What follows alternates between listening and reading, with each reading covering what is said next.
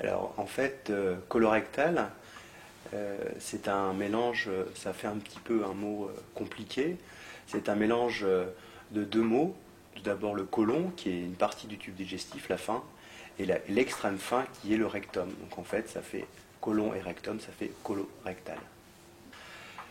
Alors, à quoi sert le côlon? Le côlon n'a pas de fonction absorbante en fait, et n'absorbe pas les aliments. Par contre, il va réabsorber l'eau, ce qui va permettre en fait, il permet en fait aux selles de se fabriquer. Comment apparaît le cancer colorectal? En fait, l'histoire naturelle du cancer colorectal, on la connaît très très bien. Ça apparaît par une tumeur précancéreuse qui s'appelle l'adénome. Et au fur et à mesure d'anomalies génétiques engendrées par l'adénome, le cancer, l'adénome va se transformer en dysplasie d'abord de bas grade puis de haut grade et se transformera in fine en cancer colorectal. Sur un temps, on pourrait l'évaluer entre 5 et 10 ans. Alors à la question, sommes-nous tous égaux face au cancer colorectal? La réponse est bien évidemment non. En fait, on peut scinder le risque en trois grands groupes. Le premier groupe qui est la population générale, les gens qui n'ont pas d'antécédents particuliers. Ce risque est évalué à 3-4% au cours de sa vie. Il existe à l'opposé un groupe à risque élevé.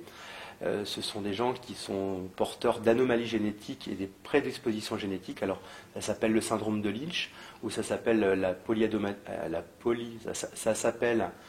polyadénomatose familiale. Et là, le risque est de 40 à 100% de faire un cancer colorectal. Heureusement, ce n'est que 5%, moins de 5% de la population. Et puis, il existe un troisième groupe, entre le groupe faible et le groupe élevé, qui représente environ 15% de la population. Et là, ce sont des patients, je dirais, particuliers, puisqu'ils ont en général des antécédents de cancer ou des antécédents de maladies inflammatoires chroniques de l'intestin, comme la maladie de Crohn ou bien la rectocolite hémorragique. Alors, le cancer colorectal est une pathologie de la personne mûre, c'est-à-dire qu'il apparaît très rarement avant, sauf bien sûr dans les prédispositions héréditaires, mais il apparaît plutôt à partir de l'âge de 50 ans. Et en fait, la médiane, donc en fait la moitié des cancers colorectaux apparaissent après 70 ans. Alors, les hommes et les femmes ne sont pas tout à fait égaux par rapport au cancer colorectal. Les hommes sont un petit peu plus souvent atteints que les femmes. Donc, le cancer colorectal est une maladie fréquente. Il touche à peu près 37 000 personnes par an en France, ce qui est quand même assez important, et tue environ 16 à 17 000 personnes par an. Ce qui le met au deuxième rang des cancers de l'homme, au deuxième rang des cancers de la femme, après le sein et la prostate, et c'est aussi